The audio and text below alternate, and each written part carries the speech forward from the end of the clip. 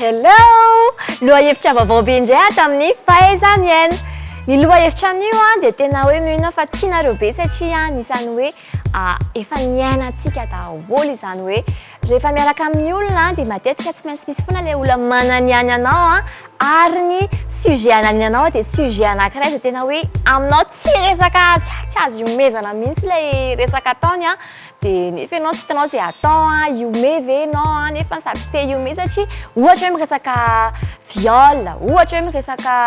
olona famonoan'olona dia ananiany aminao ilay izy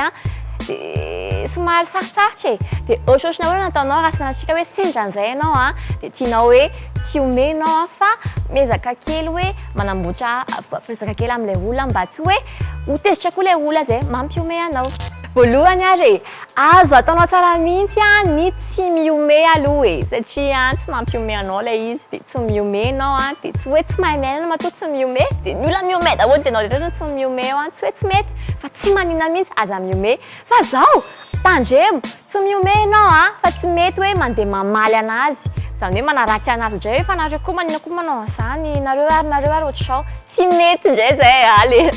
mametraka an'izay zavatra izay fa aza miome fotsiny dia izay tapitra eo fa tsy hoe andeha hikritike an'ilay olona akory. Faharoa azonao tsara koa atao dia eo ilay tsy miome fa ny faharoa dia hoe ovainao ilay resaka.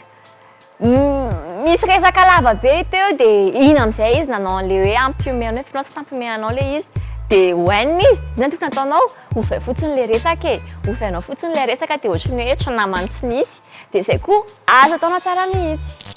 Afaka ataonao ihany koa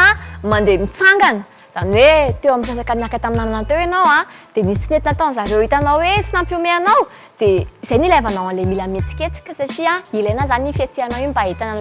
ahitan'ilay olona hoe misy zavatra tsy nety ke zavatra nataoko teo ny teneniko teo tsy nety an'nytatsiana ke zavatra ny teneniko teo dia amin'ny fotoana ianao mitsangana fotsiny dia mandeha ohatra hoe mankany amin'ny toilette azo ataonao tsara mihitsy izay zavatra izay. Mety hiteny koa ianao hoe andeha kely ho any atsimo losa ho any Tuléar ohatra izany aloha tena aloha dia lavitra be izany teneniko izany zavatra tsy afaka zavatra hoe tsy ho ataonao nefa mody teneninao eo dia iny koa tena atsapahan'ny olona hoe tena tsy nampiome anao ilay resaka ohatra izao hoe andeha hifokasigara nefa ianao tsy mifokasigara akory dia ozy ilay olona hoe fangako ino mifokasigara dia tsapany hoe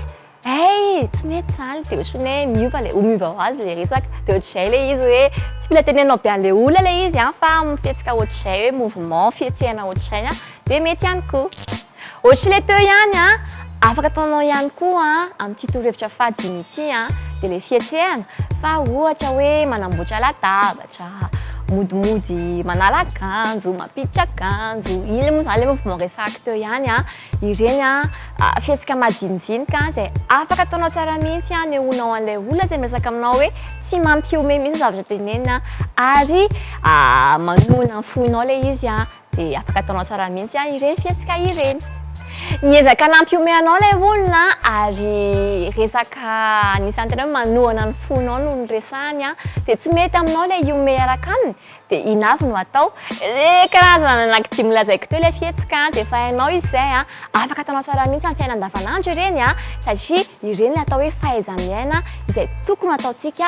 ety amin'ny tanin'ny olombelona moa izany hoe ety amin'ny fiarahamonina dia izay mba milamina tsara ny fiainana dia aleo mitandrina hatrany izay ary